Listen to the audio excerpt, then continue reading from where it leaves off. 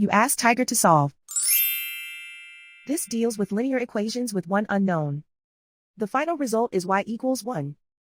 Let's solve it step by step. Simplify the expression. Expand the parentheses. Simplify the arithmetic. Multiply the coefficients. Expand the parentheses.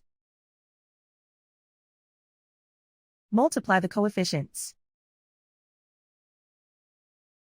Simplify the arithmetic.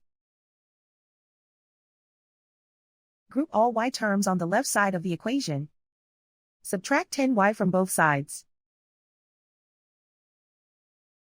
Group like terms. Simplify the arithmetic. Group like terms. Simplify the arithmetic. Group all constants on the right side of the equation. Subtract 12 from both sides.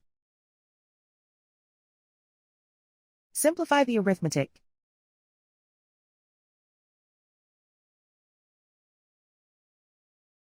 Isolate the y. Divide both sides by -22. Cancel out the negatives. Simplify the fraction. Cancel out the negatives. Simplify the fraction. And so the final result is y equals 1.